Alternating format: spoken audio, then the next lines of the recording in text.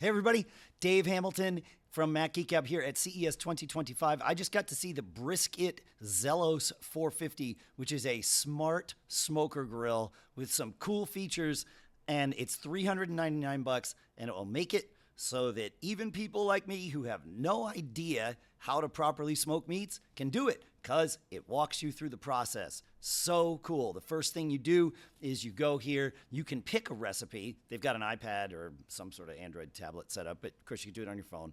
But it's got generative AI with it. They call it Vera AI. And you talk to it. And so you tell it, I want to, smoke I forget what he said, a pork something. And I said, well, I want to make sure we don't use black pepper because we want to avoid we want to avoid problems for someone with a black pepper allergy. So he dictates that to this. We will see it appear here. Great. Reverse sear prime rib with no black pepper. Okay.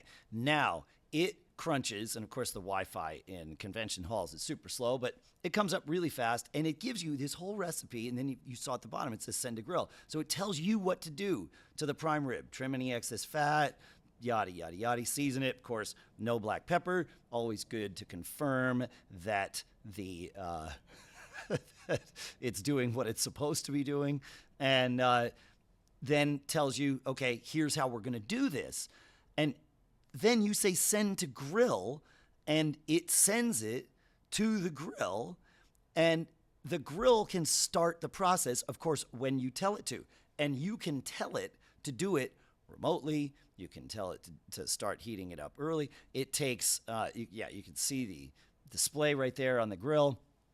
Of course, your meats go inside here. You would take the paper out, and it takes pellets. So it's all just, smoker grilling for dummies. It's $399 from BriskIt. I like this, BriskIt.